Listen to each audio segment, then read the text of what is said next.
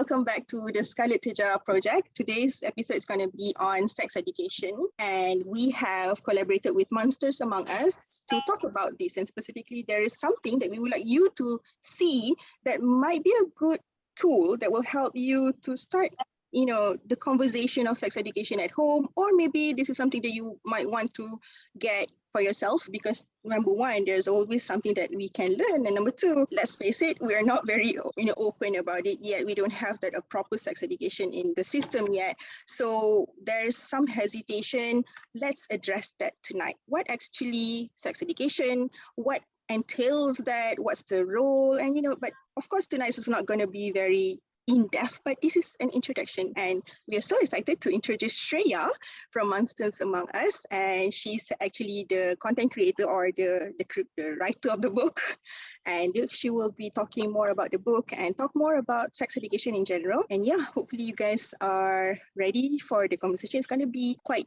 triggering for some, maybe, so we might want to tell you guys to proceed with caution. If sex education or sex abuse or anything around that topic is something very triggering to you, you might want to approach with caution. As much as we want a lot of people to benefit from this video and learn from this, we also acknowledge that trauma is something that is complex. If it's not something that you are okay with, it's okay for you not to proceed. Okay, so thank you so much for listening and watching. Let's get to the next segment with Shreya from Monsters Among Us. I'm Shreya. I am a law graduate. However, I am more into social activism, and I've been a volunteer for Monsters Among Us since 2020. And I created the My Body, My Rules coloring book as part of a project for Monsters Among Us. I'm just going to dive in and talk about something that I found on Instagram. And that's a coloring book that talks about sexual health and sexual education, and also awareness about safety when it comes to, especially when it comes to children. I don't have the book with me because I'm the idiot that forgot to bring it, but it is jam-packed full of information and art. Can we talk about that? It's really, really that great. So I'm not gonna go on and on about it. Shreya, why don't you tell us a little bit about the book? And I think the thing that I'm really interested to know is the inspiration, or where did you guys decide to come up with something like this? I mean, it's missing, and you guys have filled in the gap. So basically, the basic sexuality education by Monsters Among Us, like the topic or like the title of the book is called My Body, My Rules. We came up with this idea because we realized like the current sexuality education that we have in our current mainstream education, like be it public schools or even private schools, it's clearly not enough. And for the most part, it's very abstinence based. And we understand why it's abstinence based as well, because we come from a very conservative country. But there's already like statistics showing and proving that abstinence based sexuality education is somewhat, I wouldn't say it's useless, it's not exactly going to prevent kids or like teenagers from having sex, or like having teenage pregnancies and stuff. And we can see this in Malaysia as well. So it's not just like a global issue, it's more so like our country, like a local issue as well. So one thing that we realized is that we wanted to make sexuality education as as I guess adaptable for any ages as possible. So we decided to make it very holistic by including art. That's why we decided like we would just kind of go with the flow, and like we would commission about 10 artists to work alongside with us and alongside with me to create the art specific to the topics that we will discuss.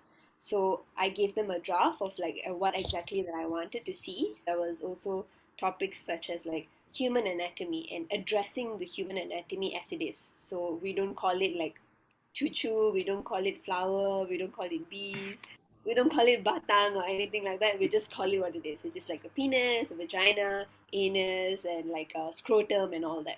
Because we want to make it as factual as possible, while also not like trivializing it or like beating around the bush around this like scientific facts as well. And we also went to the extent of allowing kids and also parents or educators who have their hands on this book to identify child sexual abuse when they see it. So we know for a fact that it's increasing in our country, unfortunately. Like 1 in 10 children in Malaysia are victims of some sort of abuse, and this year alone there was over 2,000 reports of physical and sexual abuse. And there were sayings, or like I guess the minister Saravanan or something, like correct me if I'm wrong, said that the reports for sexual abuse alone is probably higher because for the most part they go unreported.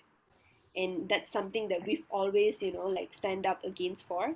That's everything, like that's literally what Monsters Among Us is. Like we want to fight against child sexual abuse, and what more so to give for us to give you the equipment or like the knowledge for you to detect it, for you to even confidently go and report it, and for you to even find help for the child, for any child. So that's the inspiration behind the book as well. Like we wanted to make this knowledge as accessible as possible for anybody, be it if you were a Hindu like me, if you were Chinese, if you were Kadazan, if you were a Muslim. This book is fitting for everybody.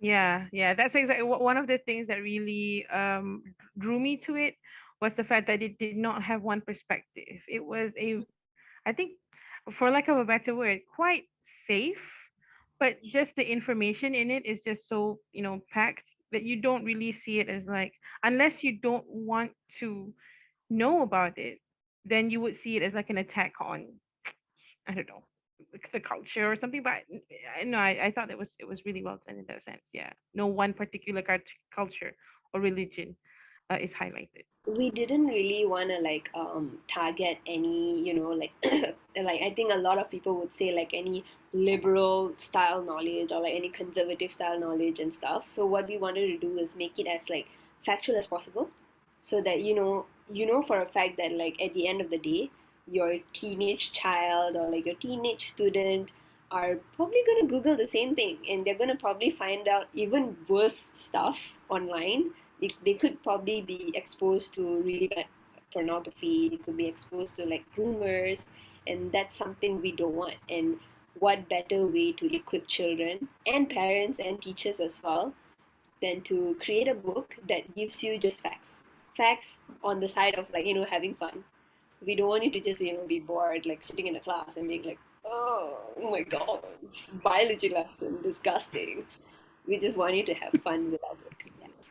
Yeah. Yeah, when you talk about this is for children and teenagers, this book was designed for a specific age group, or is it a general book? We made it okay, so we made it with the from the age range of like 8 to 17, because we know for a fact when you look at countries like Netherlands, they start sexuality education from a really young age, at the age of 4, or what they would say like the earliest school level. So meaning, even if the let's just say a child goes to daycare, that's technically going to school. So they would start teaching the kids sexuality education, but it doesn't start immediately with like sexuality. Hey, let's learn about sex and like attraction and all that. It always starts with like identifying your body, identifying, hey, these are breasts, this is your vagina, this is what happens, and this is your penis and stuff like that. And they drill it, I guess, into the children to not, like call it with like fluffy names, so that if anything happens, you can identify it. And by the time, I'm so sorry. Yeah, and by the time It's okay. they are 11, they can literally navigate through like very mildly complex issues, such as like unwanted sexual advances and how to address them, or how to like report them, or even like how to talk to another adult about them. And they can even talk about, I guess they can, kids at that age, at the age of 11, they even know what an erection is, or how to like go about it, to not be like alarmed by it, or to not feel disgusted with yourself. There is no shame with your body, and that's something the Netherlands, like, they instilled in a very young age, and that's something we wanted to do as well. So the prerogative, or like the freedom of this teaching, is on the parent or the teacher. So if, let's just say, you had a preschool child and you wanted to use this book, you could keep this book up until they were like 15. You could just teach them like, hey, the first 2 3 topics, which is introduction to human body and hitting puberty, and then you can slowly introduce them into like menstrual cycle, and then the male menstrual cycle and all these things, and introduce them to like how to take care of themselves, like cleaning yourselves up, making sure you wear deodorant so you don't have the body odor, because it's things that happen to children, right? And when they happen and no one's there to teach them, they're gonna be so alarmed, and they're gonna feel like, oh my god, why didn't anybody tell me that I should wear deodorant? Why didn't anybody tell me that I should like take care of myself? Like no one told me I had smells and stuff, yeah. And no one told me there's something coming out of my like genitals. Like what the hell is this? It's disgusting, and we want to take that shame away completely Yeah. because it's normal stuff. I like when you mentioned that we want to take away the shame, because you don't have to be shameful about something that's so natural, and everyone goes through that. But because, like, speaking from my own experience, we didn't have anyone, telling us, and therefore the first reaction was like, "What's wrong with me? Like, Yeah. why am I the only one?" So it was really lonely and confusing. And if you didn't get the right support, you might be lost, or you might go into the wrong route, or like googling things and then maybe end up to the wrong side of the internet. I'm a mother, so the 9-year-old one is the one that's more curious, and we have this conversation. It felt fun and natural to me because we are always open. But I realized that, like, my peers who have daughters and sons around their age group, they find it very like uncomfortable with that thought, which I feel like you should want to be the main point of reference when your children are dealing with these things. There's always this perception by teachers, even by like parents and all, of like malu-malu. I malu lah nak bincang pasal benda macam ni kalau like anak I malu lah nak cakap pasal benda ni to my niece and nephew. Their parents should do it, but their parents sometimes don't do it because they're too busy, or sometimes they themselves don't understand it completely. Like not every parent has the right knowledge, right? And it's fine. Like we all grew up very differently, and clearly like most of us didn't have that kind of guidance as well. We only learned like I'm 24, so I only learned about this at like the age of 20. And I'm like, oh my god, wait, so all these things I could have learned when I was like 8 or 7 years old? No one told me about this. And that's when it was like, very striking to me. Like, this information should be so readily available for any child. It shouldn't just be, like something kept as a secret until you hit like your adulthood and you're like, oh my god, I didn't know this was normal. You're 24. I'm 34. So even between our generation, this is already different. So what more older than me and what more younger than you, it's different. I think it's mainly due to internet, and there's a blessing in that. For younger generation, it's good that they have a lot of resources available online. But that's also why we have to also start educating them and make it okay so that they don't have to Google on their own. This whole fear behind like Googling as well. Because sometimes, even if you Google like the randomest things, like the most innocent things, you come across very shady sites. And Yeah.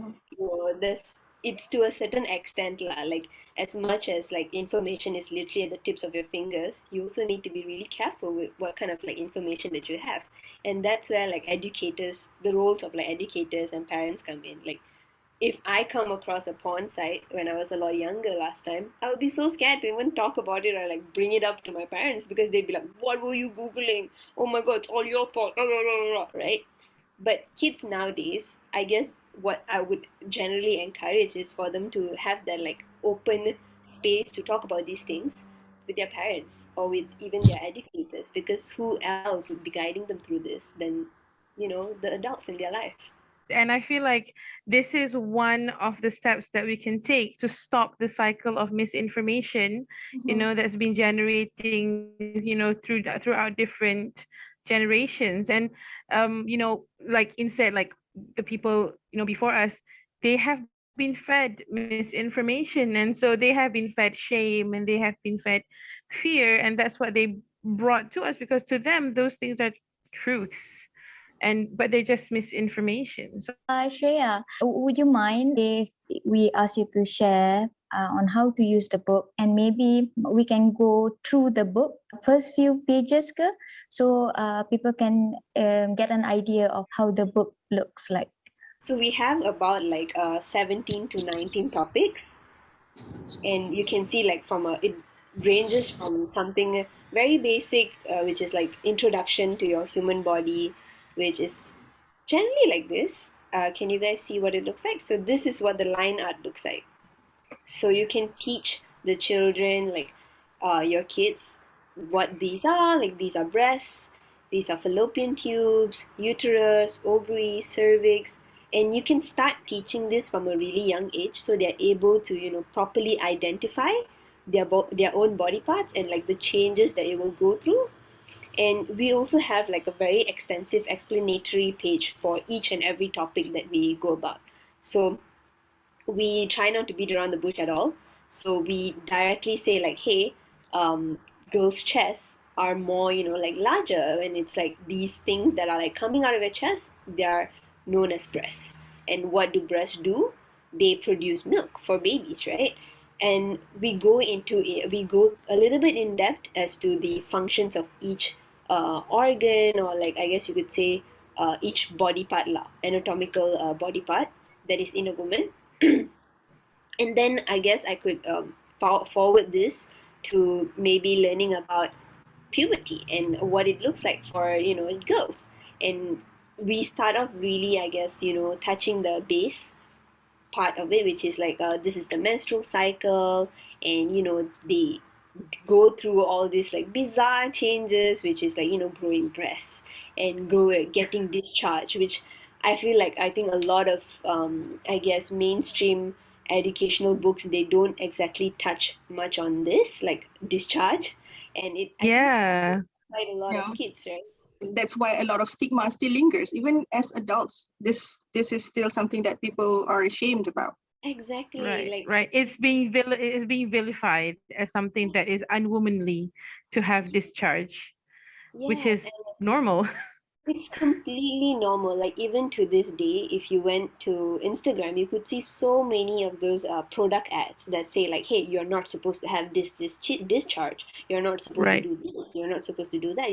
Your period isn't supposed to be lumpy and all that." And it's a bit ridiculous because you're pandering so much fear into people who may not exactly have enough knowledge to understand that it's not factual. It's wrong.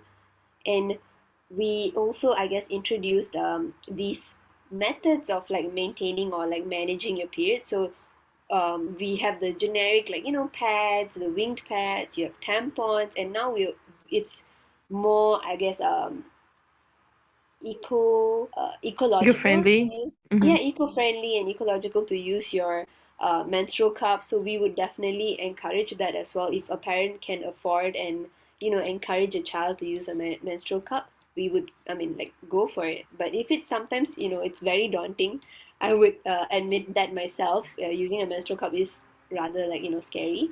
And that's completely fine because you have all these other methods that are like available to you in Malaysia, especially.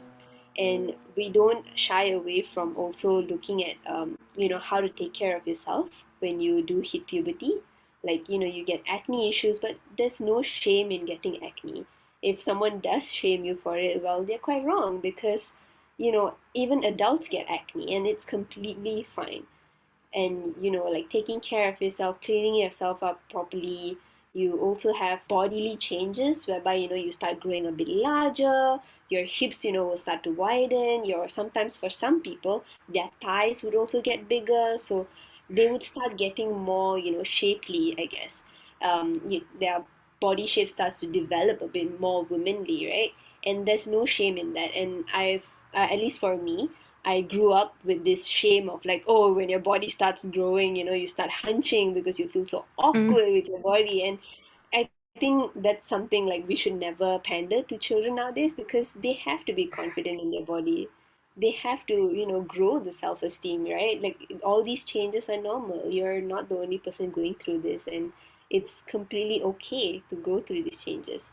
So I would generally say that these pages, especially from the first page up until this page, as well as the boys' ones, uh, the boys' menstrual cycles and period wellness for girls, is something you can start teaching from a younger age, at like maybe 8 or 9 years old, because for some kids they do go through puberty a bit earlier, and it's something that they shouldn't have to feel so ashamed of at the end of the day.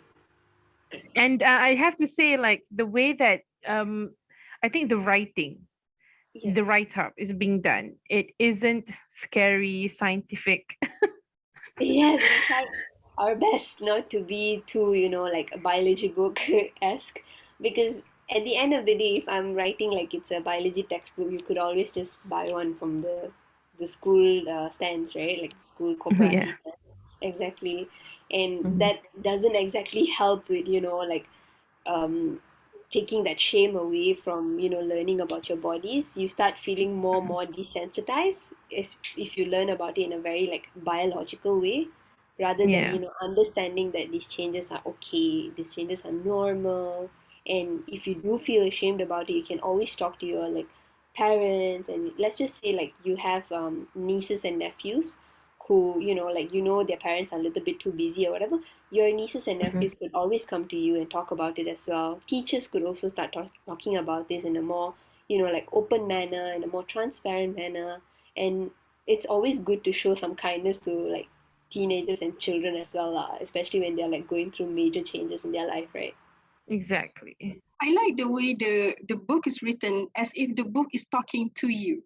So either you are reading this as an adult to your younger siblings or your student or your children, or if you buy the book and get the adolescents to read on their own, they won't feel like it's too taxing to read or don't understand. It feels personal and it's fine. I feel like this is so refreshing. This is the first time I actually found a book that I don't feel like what else do I need to explain or make it understandable for my children, so they can color on it.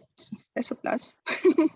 Yeah, that's a plus. I mean, even if we try to make it as, like you can cari keluar the buku if you want as well. So that, if your child wants to like cari keluar this page and then nak color, and then they can always like refer to the next page and, understand what this page is all about. And they can always like, put it up on their walls or like even take a picture and post about it. So it's not, we try to make it as less offensive as well for like the general public. So anybody, even if it's like my grandma who is very conservative, like she wouldn't feel uncomfortable to use this book to teach her grandchildren or like her great grandchildren in the future. And we wanted to make it as like all the knowledge, but at the same time I'm not going to trivialize the social or the familial values that you have as well. This is also appropriate for boys, right? Like there are things for boys as well.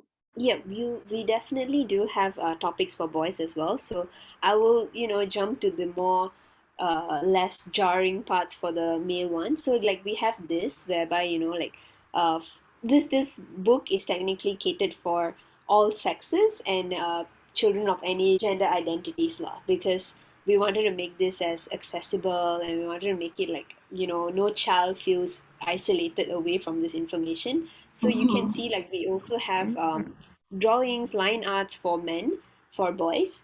So we try to like include the fact that they will start growing facial hair, they'll get acne as well.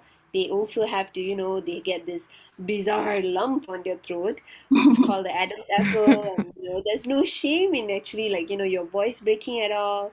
And sometimes and I think a lot of families, they don't necessarily feel like highlighting this, whereby your penis and testicles grow, because there's always like that, oh, I malu lah nak cakap pasal benda macam ni, right? Like if you know your penis grows, then you know your penis grows lah, right?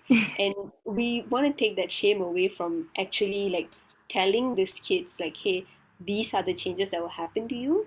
We know it's kind of scary, and most of the time it's very awkward, because you feel like your body's not your body anymore, like it's just growing on its own. And that's completely fine, because at the end of the day, it's about what you are comfortable with and how you feel about your body. And there's no shame in the way that you grow at all. I also like the fact that when you are young, you also learn about the opposite gender, so that you won't make fun of it. It's just natural. You take away the shame for your body as well as others. Exactly. I love this page. Ah, Oh, I you can really read like the all speech. credits. Me Uh, too. we thought this page was, I think, I guess at this point I could like actually admit that one of our iconic pages, because it's something that a lot of girls don't necessarily understand that well. Even I myself would struggle to understand, like, hey, what is a wet dream? Like, what do you guys just have this dream and then nothing after that? Like, I bleed every month. Like, and for some boys, like even having this dream, it's very embarrassing for them to even talk about it. They're like, I don't want to talk about the first time, I dreamt about something sexual. It's so embarrassing.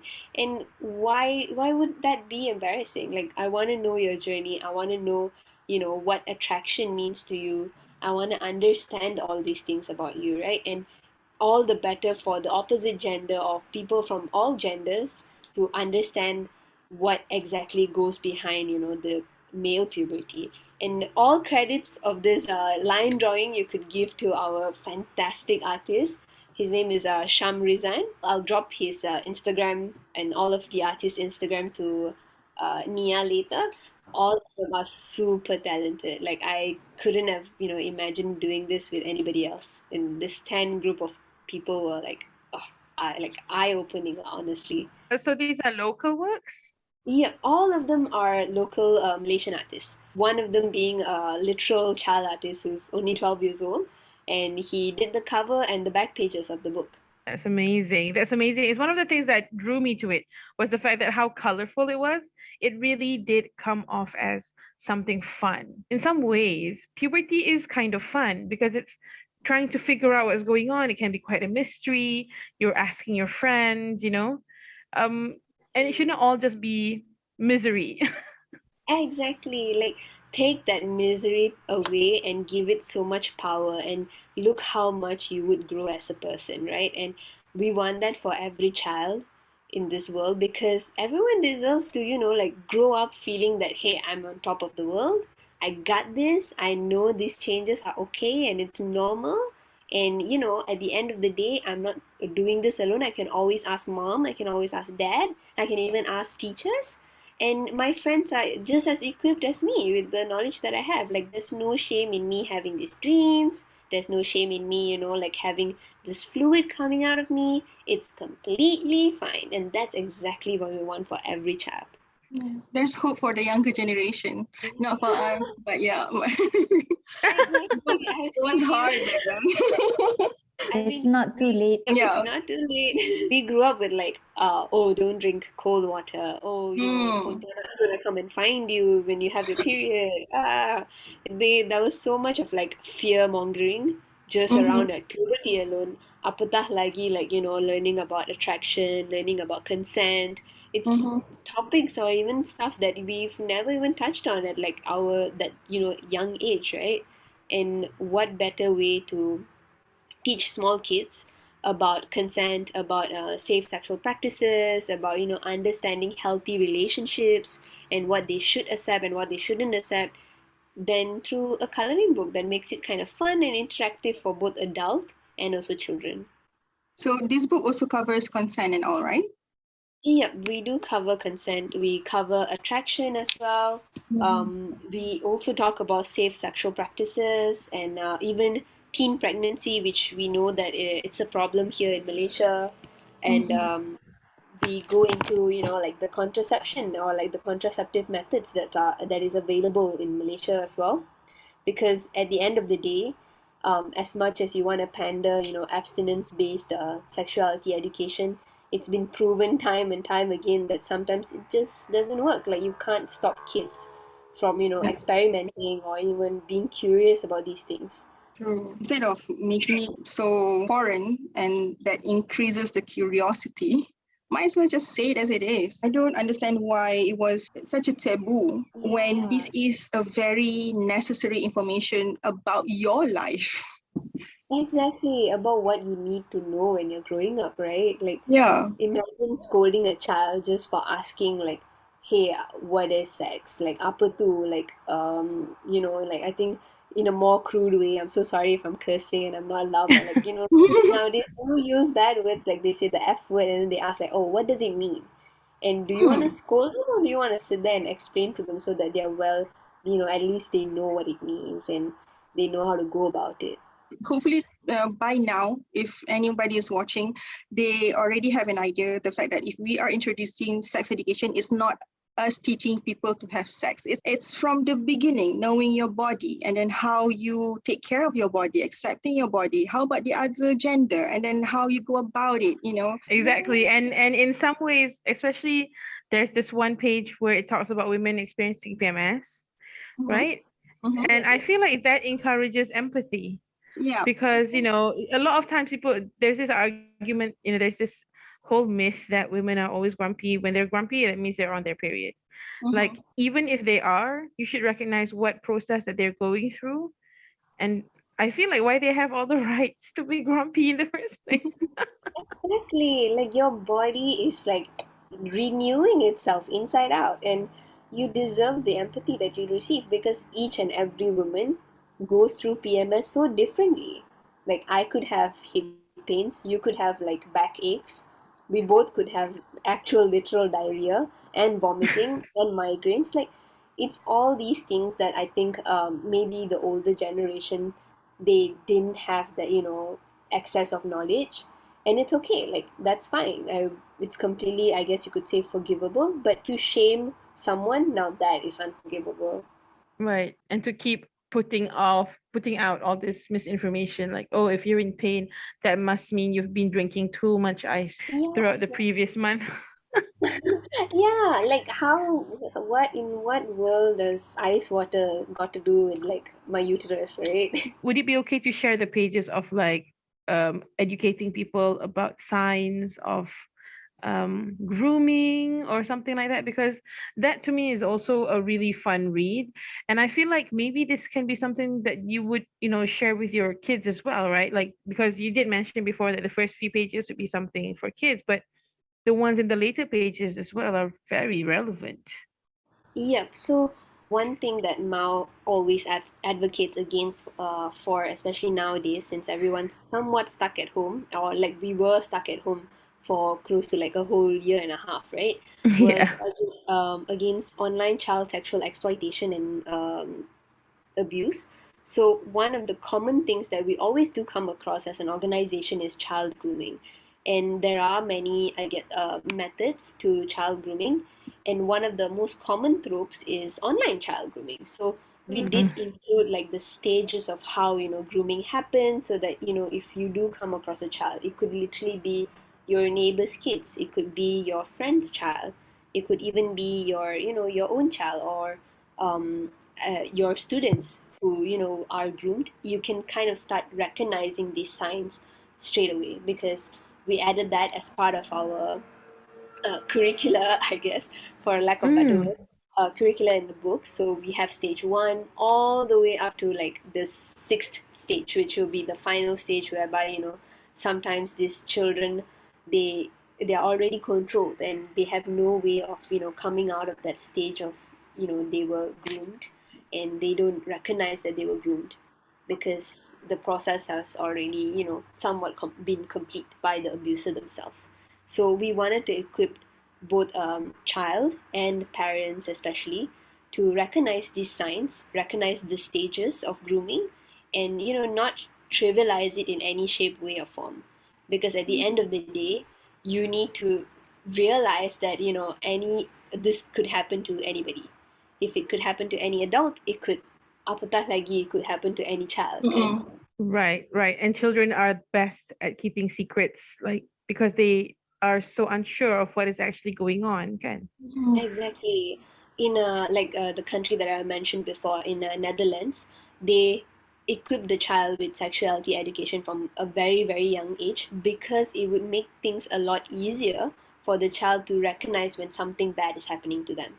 So they would be able to identify when someone is violating their personal space, when someone makes them uncomfortable. They would be more confident even like saying it out loud, and they would even be Mhm. able to identify the specific type of abuse as well.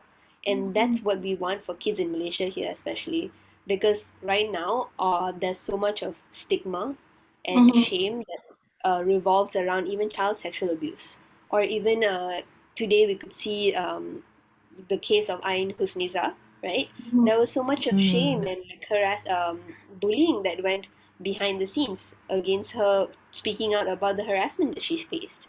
There's Mhm. probably about like thousands of Ain Husnizas out there who are now silenced, and that's the last thing we ever want for anybody.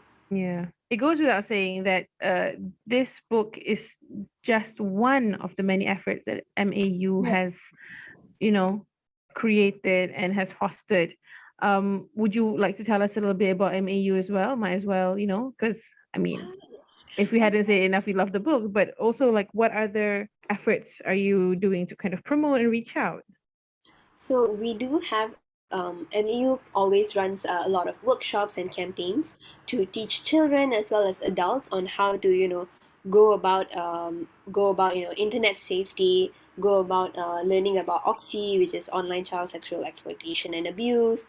And right now we also have Malaysia's first online reporting chatbot against Oxy, which is called Lapo Mm. Predators. So you could click on the language that you prefer, and it would just bring you straight to like the reporting chatbot that is available. So sometimes we do have our online hours where you could speak directly to the case managers are from 12 to 8 p.m. And beyond that or before 12 p.m., you would be directed to make a self report. But however, if you do still want to make a report, right now we are also integrating our chatbot into WhatsApp so that it would be more accessible to anybody. So you don't necessarily have to go on to this specific website. You could just click onto the number. This is how the chatbot technically looks like. And this is an effort created by our founder, Frizana Redzwan, because we have always been receiving cases and reports about child sexual abuse through our social media pages, and we wanted to find a way that it would be more accessible to everyone, and you could integrate it in such a way whereby it just goes directly to our case managers who are in charge at that point in time.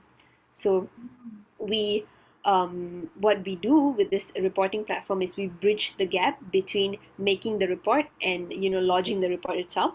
So we could our current child protection department, as we call it, would encourage you. We would even support you in making the necessary reports, be it to MCMC or the police or even to a social worker in the jabatan under talian kasih. I'm always kind of curious. Do you feel like, I mean, I do notice like a lot of organizations are popping up. There's you, there's this guy, Ahi Fairuz or something like that. I can't remember. Yes. Ahi Fairuz, yeah, there's a couple more people, like there's a few more organizations, and I hope I don't sound rude, but do you think that you're making a dent in how Malaysians are perceiving sexual education, or are we making a dent in hopefully educating in public schools? Because I feel like when you're able to kind of penetrate public sectors and like the education, then that's like the goal, isn't it? Yes, technically that you're spot on. Literally, you're spot on because we understand that penetrating public schools might get a bit difficult because for the most part, like right now, our current pendidikan kesehatan is called PEERS, which is Pendidikan Kesehatan Reproductive dan Social, and it's like I said, it's very abstinence based, and it's only I think in both primary and secondary school, they are only allocated 30 minutes a week to teach about sex ed. And for the most part, the sex ed it just revolves around your periods and maybe like just touch base on like your wet dream, and that's it. You don't learn anything beyond that, right? And I don't blame the system as well because I understand for the most part, a lot of people would retaliate against it, and that I think was the case for even changing the name. Before this, it was called Sexuality Education in 2003, and that there was a lot of backlash in just the name alone, and that's why they Wow. changed it to Fierce. Yeah, so it's very startling. However, I think what our goal is to start maybe penetrating the private school education system first, and then slowly move on to perhaps talking to officials and seeing if we could integrate these lessons, or maybe if Mao could come up with proper like modules in different languages for teachers as well as the children's in public schools, especially primary schools, to get access to. Because I understand sometimes if you give a coloring book to a teenager studying SPM, they're gonna be like, what am I gonna do with this? You're gonna be like, where's the spot questions? Exactly. How do I approach? Where's this K-bar? So do I answer this a critical thinking? Kena buat eksperimen ke? I said, no, it's okay. Girl. Yeah, because I mean, I'm not sure about about everyone else, but in terms of formal education, we were only introduced to it in Form 3, I think. I don't know about you guys are like 10 years Science. younger than us. So, and in that sense, it was literally just, here is the penis, and this is what. And I had a teacher who had a creative flair and called the vagina a vagina. So, I mean, you understand that, like, and this is formal education. Do you know what I mean? So that's why I'm curious about it. I think, like I said, from the case of Ain Husniza, we could see that, most of the time, sometimes teachers do trivialize it or they make jokes about it. And what a worse way to go about something already sensitive to children than to make jokes about it. Be respectful, be factual, be open to, discussions, because children are always going to have questions, regardless of age. I think at 4 years old, I have a cousin who's like, what is God? And I'm like, I don't know, man. You have to learn how to answer these questions as correctly as possible, and you have to answer it with an open mind rather than being so conservative or close-minded about certain things. You can't always direct these questions back to parents, and parents can't always direct the questions back to educators. You can't ping pong this thing at all. It's just a circle. Exactly. That's the last thing you should do towards a child who's technically growing up and developing and coming up with ideas on their own, because at the end of the day they're going to turn to the internet. And sometimes, like I said, I mean, the internet is great. Come on, all of us love the internet, right? But sometimes you don't actually have the access to the right information, or sometimes even these information are a little bit too complex for kids to understand. It's sometimes even complex for adults to understand. And what better way for you to sit down and explain to your child and have fun talking about it? I think it was only while I'm in my 30s that I just figured out, oh, so these are certain parts of the the genitalia. So there's actual names and how far they go. Like, for example, I didn't even know that the clitoris is bigger than what it is. Everything seems to be like just right there, and then I just learned that, oh, it looks like a wishbone, so it makes your wish come true. Like, it's and that's in my I'm a fully I guess matured woman, and this stuff is still new. So the internet is a very tricky place to maneuver, right? It is, and sometimes I understand as well. Sometimes your family values will come into conflict as well. Sometimes your religious values will also come into conflict. But there always needs to be this understanding that you have to meet somewhere in the middle. You can't go on the ends of both spectrums and expect a child to be able to comprehend all of that. Sometimes a child just doesn't understand and they just want to ask all these questions like, hey, why am I attracted to something like this? Why do I like this for specificities, right? And how do you go about answering these questions? You don't want to compromise your values, but at the same time, you also need to be factual. And you need to say, hey, this is what our family believes, this is what your religion says, and this is what science says. And how do you navigate in between? You have to make it really fun. You have to let them, understand and meet them in the middle and allow them to ask these questions. And if, let's just say, you don't have the answer to these questions, you can literally sit there and Google and find the answers with your child and be like, hey, I don't know the answers, but you want to find out about it together? Do you want to have fun? Do you want to watch shows about it? You can sit there and talk about it together, yeah. I'm not sure if you guys are familiar with the Netflix show Sex Education. Yeah, definitely, yeah. I would genuinely encourage that show for any parent, because it opens up the windows to discussions so much, and they approach it in such a fun way, while also not trivializing the topic, not making fun of the kids who are going through these struggles. It's super interesting. I have a question, but I don't know if you guys have talked about this because I got cut off for a bit just now. So I'm just wondering, like it's an interesting topic and an interesting conversation, especially if you're quite open and you're able to like accept all views and all viewpoints because everybody has a viewpoint, everybody has something to say. So I want to know, have you received like any negative comments, especially like on social media or on Twitter, and not necessarily how you handle them, but I just want to say I just want to know what they say to you when they're being negative about the book and when they're being negative about what you're advocating. So what do they actually say to you when they disagree? Oh, okay. So thankfully, fingers crossed, we haven't received any like backlash yet for the book.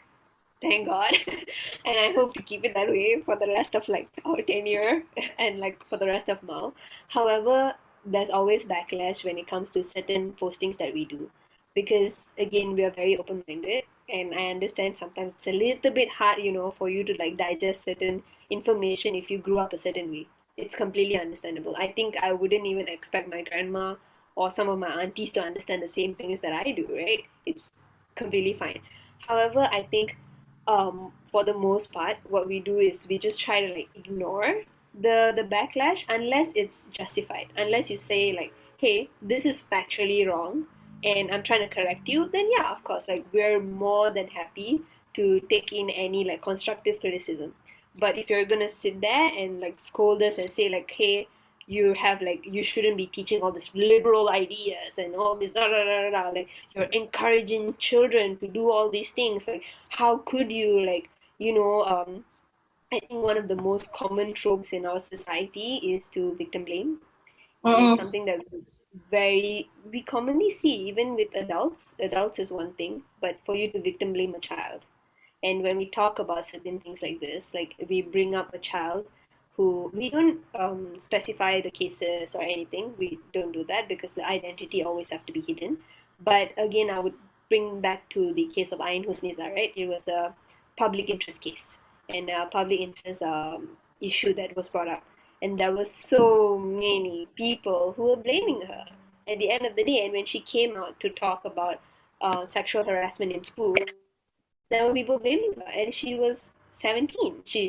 When it happened, it was 16, right? And now she's 17. And what a really terrible way to go about this. And what we can do is to block out the haters. I mean, we don't actually block them, but what we do is, I guess we would say like encouraging stuff to Ain Husniza or to anybody who's going through a hard time. Because at the end of the day, we know that you need like an army behind you to back you up, because what you're going through is really difficult. It's something no one should go through, not even adults. And for people to sit there, point finger at you and say it's your fault, you shouldn't even be talking about teacher. You shouldn't even, like talk out loud about these issues. You shouldn't mawarwarkan the issue that is happening when it's a valid issue that everyone needs to talk about. We know that you need the support, and we're more than happy to sit there and tell people off and tell them like, hey, this is why you shouldn't victim blame, and this is why you should support survivors.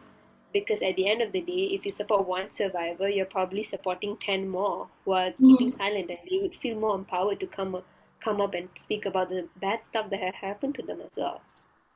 What do you say to people who say, you shouldn't talk about this because this is sebarkan aib? Yeah, I think it's a very common trope that I've seen very recently, because we do have, I mean, you can see like across during the pandemic, there was an insane increase in like abuse cases and stuff, right? And for the most part, people say you shouldn't speak about your family. Yep. Why are you reporting against your own parents? Why are you reporting against your own siblings?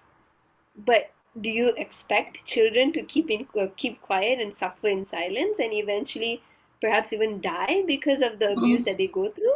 Is that what you want? Like, it's really ridiculous. So at that point and in that conjuncture, what I would say, it's not aib anymore. It's you're saving a child's life. You're probably even going to save their siblings' life if they have siblings. If it's a domestic violence case, you're saving their mothers' lives as well. You're not just saving one person, you're going to be saving like hundreds more just by being supportive towards the child.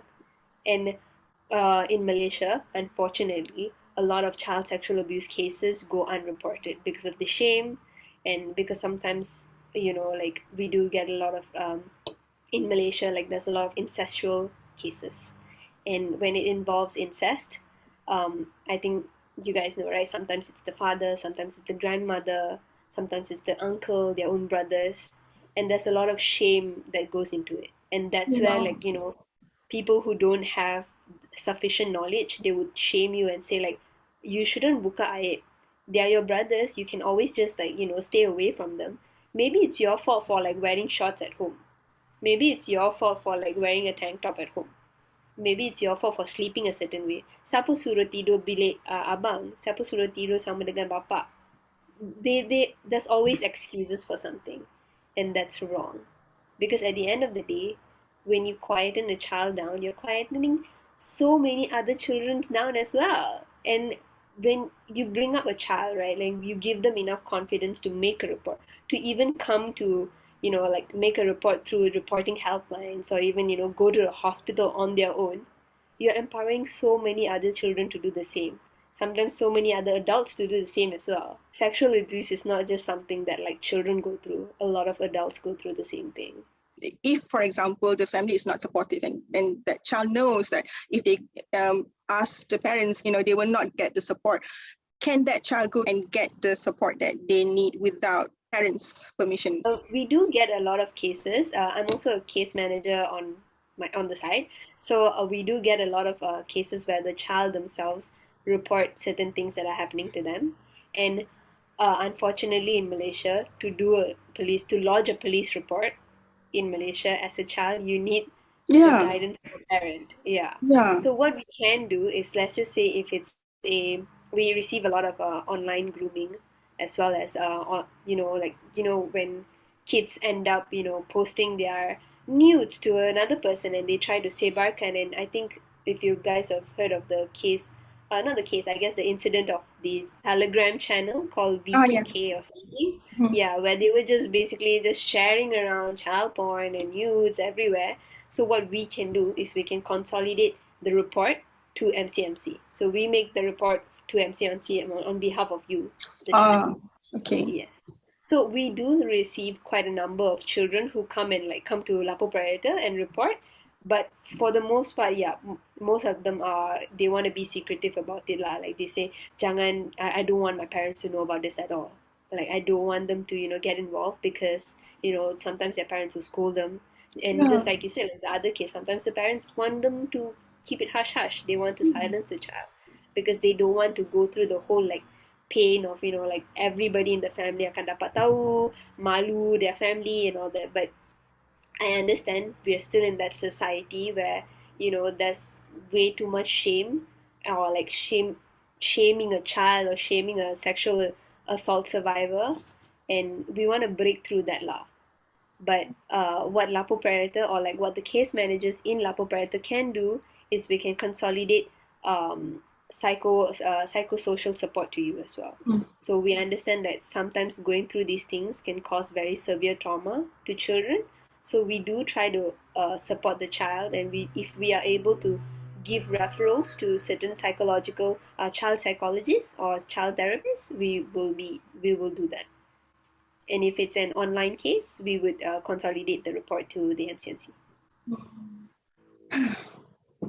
When we're talking about cases like this, it gets really heavy in a bit, because there are some bumps when it comes to children. When you don't have the family who understand this or who take it personally instead of thinking about the victims. So I guess that's one of the biggest hurdle in our society. Yes, I'm really sorry if this is like triggering to any of you guys at all. It's stuff that we see very common happen in our society, right? Just like you said, like it's definitely a hurdle that we need to get through. And what better way to get through this hurdle than with sexuality education? Like we know sometimes, talking about like attraction is a little bit too jarring for everyone, but that's not what sexual CSE is about. CSE can be about protecting your child, even protecting yourself, like understanding like what you are comfortable with. Like sometimes as a child, you're not even comfortable with handshakes, and that's fine. Like you have the rights to your own body, just as me, Yes. just as you. Exactly. Like I'm not comfortable with hugs, and I don't want people to hug me, and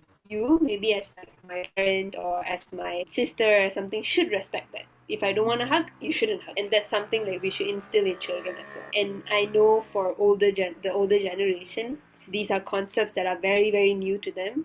Sometimes they are like, oh, why? Like we grew up with none of this and we are fine, we grew up okay. But what maybe they don't actually realize is, they've buried all of their trauma so deep that sometimes it's even hard for it to break through, or sometimes it comes out in a way where like they translate love in a very different way. Sometimes it's rough love or like tough love, or like whacking a child is considered, oh, discipline, but it's not. A child doesn't learn anything from getting hit, you just learn fear. Jihan, do you have anything to ask?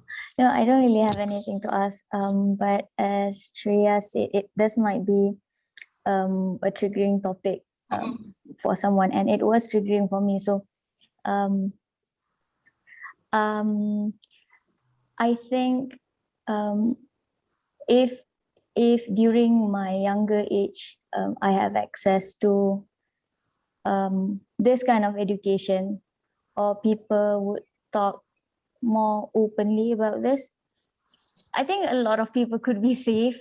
And so since we have like access to this, I don't have any kids of my own due to this experience, but I would gladly buy this book for my nephews and nieces because I know that this would help.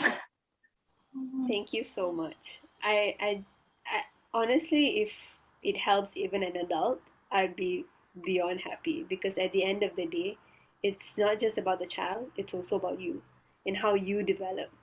And if it helps you, like, grow away or like go through the trauma, we understand like sometimes trauma is trauma. You cannot do anything about it. It's there because bad things have happened. How do you work around it, or how do you work through it so that you can develop as a healthy human being that doesn't impose this trauma on other people, especially children?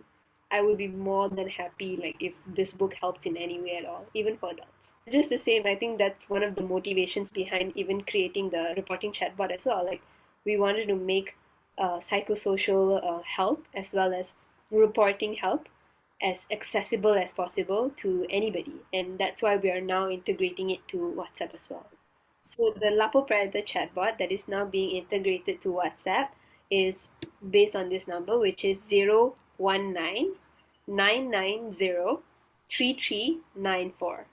So I'll repeat, it's 019 990 3394. So now our reporting chatbot is also available on WhatsApp, and there will be case managers who will be available to you from 12 p.m. all the way to 8 p.m. every day, except for Saturdays and Sundays. Sorry, it's only weekdays. Yeah. But if let's just say you find it difficult to, and a case has happened unfortunately during the weekdays, you can always message us at our social medias as well, and one of the case managers will probably be able to attend to you. Okay. We've talked about the book with MAU. We talked about the website, which is lapopredator.org for anyone who would like to report. And then they also have the WhatsApp number for whatever help that you might need, even if you're a child or you're an adult who needs help related to abuse, sexual abuse, or child abuse, or stuff like that. Okay, so now we're going to move to quick fire round to help answer maybe some of the misconception or understanding, or debunk some myths. Okay, the first question. Should the parent only talk about this sexual education with the child who's the same gender? So a mom with a daughter only. Oh no. If you're a mom, you can talk about it to your son. If you're a dad, you can talk about it to your daughters. So yeah, let's not make it a sex thing. We could make it like a general thing. So how early should sex education start at home? According to our book, you could start at the ages of 8. However, we would definitely recommend you to start at a school level age, or when they're going to kindergarten, which could be, I think, ranges from 4 years old to 5 years old in Malaysia. So you could start as early as possible if you have the capacity to do so. So when you talk about sex education at home, what does sex education entail? What do you do to introduce sex education to your kids? We could start off with something really simple, like just identifying body parts, and then talking about, good touch and bad touch, meaning, giving the child the autonomy of, like their body autonomy. So what they are comfortable with, what they're not comfortable with, and then learning about, menstrual cycles and puberty and stuff. So it could start off with something really soft and slow, and then you could move on to something a lot more serious, like consent, safe sexual practices, teen pregnancy, and even eventually as they grow older, you could identify with more serious stuff such as child sexual abuse and how to report it and etc. So you've talked about introducing sexual education to children. What about those who did not get the opportunity? So how would you go about talking about it with teenagers, for example, or teenagers who are curious? Like, I'm not sure about you, but I am very awkward with teenagers. But so how would you suggest? What would be the right advice for it, especially if they are curious and they want to explore? Honest ground, I think I'm also very awkward with teenagers. In fact, I think I'm awkward with everybody. I'm just an awkward person in general. However, when you're talking to teenagers about sexual education, especially about sex and like their sexual health, what I would say is be as factual as possible, be as honest as possible. Do not beat around the bush. Do not try to lie to them and say God's gonna punish them if they, do certain things. God's not gonna punish them for anything at the end of the day. That you can't scare them with like the big scary man up in the sky anymore. What you can do, however, is be factual about what options are available. And I would generally also recommend, if you do have a family healthcare professional or like your own gynecologist, right? You can bring your child to meet the gynecologist to talk about if they are, let's just say they're already sexually active. You could even bring your child to meet with the gynecologist to talk about the options that are available to the child and talk to them. Maybe a third person who's a professional in the healthcare industry might be able to break through that wall that they may put up, especially with teenagers, right? And another thing that I would say is you should definitely focus on protecting the teenager against STIs, STDs, and also teen pregnancy. So while you need to accept the fact that like sometimes children are very curious, they are also very adventurous, and they are quite open to experimenting a lot of things. So what better way than to prevent certain bad things from happening to them than to be very frank with them about the pros and the cons. Can you maybe tell the audience where can they buy the book? You can go to Monsters Among Us Instagram page where you can find a Beacons AI link, and in that link you can find our order link. Or you could alternatively, what you could do is also go to our website, which is www.lapopredator.org, and you can find the link to our order link there as well, to our coloring book, where it also lists down the artists that were involved in the making of this book. Okay. That's awesome. Last question. Who is Monsters Among Us organization and what do you stand for? Monsters Among Us is a youth advocacy organization that advocates against all forms of child sexual abuse and for child rights for children of all diversities. We're available on all social media platforms, which is on Facebook. However, we are more active on Instagram as well as Twitter. That's all for today. Thank you so much. If you guys are watching and if you found that this video has a lot of things that will be helpful for other people that you know in your life or just generally helpful for our society, we would appreciate it if you share this video so that more people can benefit from it. Don't forget to get the book. It's something that will start a good journey, I guess, in terms of opening the minds and take sexual education more objectively instead of from the lens of religion, the lens of social stigma and stuff like that. I think it's very important for us to look at scientific things like this objectively and scientifically and remove all the shame, remove all the guilt so that we can have the proper knowledge moving forward.